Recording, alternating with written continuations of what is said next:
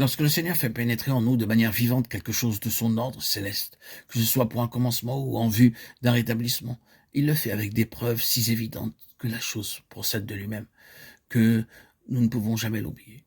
Pour nous, lorsque cette vérité nous fut révélée, nous vécûmes une période dans laquelle les signes étaient si visibles et si nombreux que nous demeurions dans un état d'émerveillement. L'intervention du trône avait été introduite par la prière dans toutes sortes de situations où l'ennemi était puissamment à l'œuvre et ces situations avaient été libérées. Nous nous abstiendrons de citer des faits ou de donner des exemples. Ce sont les principes spirituels qui nous intéressent ici. Au cours des années, il y a eu ensuite beaucoup d'éducation spirituelle et la lutte s'est engagée dans des domaines plus profonds, pénétrant jusqu'aux grands et suprêmes issues spirituelles de vie et de mort. Mais la vérité et le principe restent les mêmes. Et nous demeurons dans le témoignage positif de la souveraineté absolue de Christ dans tout l'univers et dans notre union avec lui sur son trône. Mais nous avions à apprendre encore davantage de la pensée divine, et tandis que nous demeurions bien attachés à toute la révélation, le Seigneur nous mit en présence d'une autre question. Chaque nouveau pas comprenait ce qui avait été déjà expérimenté, mais nous entraînait plus en avant. Les valeurs et la civilisation dans lesquelles nous fûmes conduits nous introduisirent dans cet nouvel aspect. La nature, la vocation et la destinée céleste de l'Église, corps de Christ. Ce que le Seigneur avait accompli en nous par l'œuvre plus profonde de la croix avait abouti, à côté d'autres expériences, à un détachement étrange en esprit d'avec l'aspect terrestre des choses religieuses.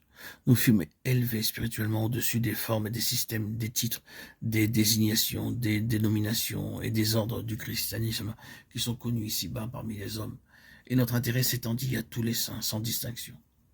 Mais le Seigneur se chargea de nous montrer de manière positive la signification de ce qu'il avait fait. Nous comprîmes plus tard combien tout cela était en accord parfait avec toute sa parole. L'autel conduit toujours à la maison. Cela signifie que la croix conduit à l'église. Il ne peut pas y avoir d'église avant qu'il y ait un autel. Mais le but même de l'autel, la croix, c'est l'église. Et c'est ainsi que se fit en nous, avec une clarté et une plénitude toujours croissante, comme venant du ciel même, la révélation de l'église, le corps de Christ, ses aspects, ses significations variées.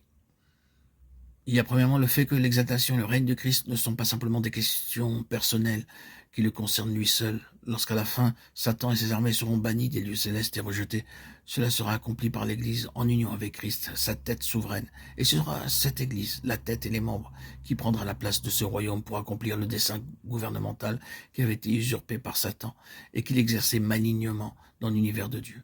Le Seigneur Jésus régnera et gouvernera par son Église dans cet âge à venir.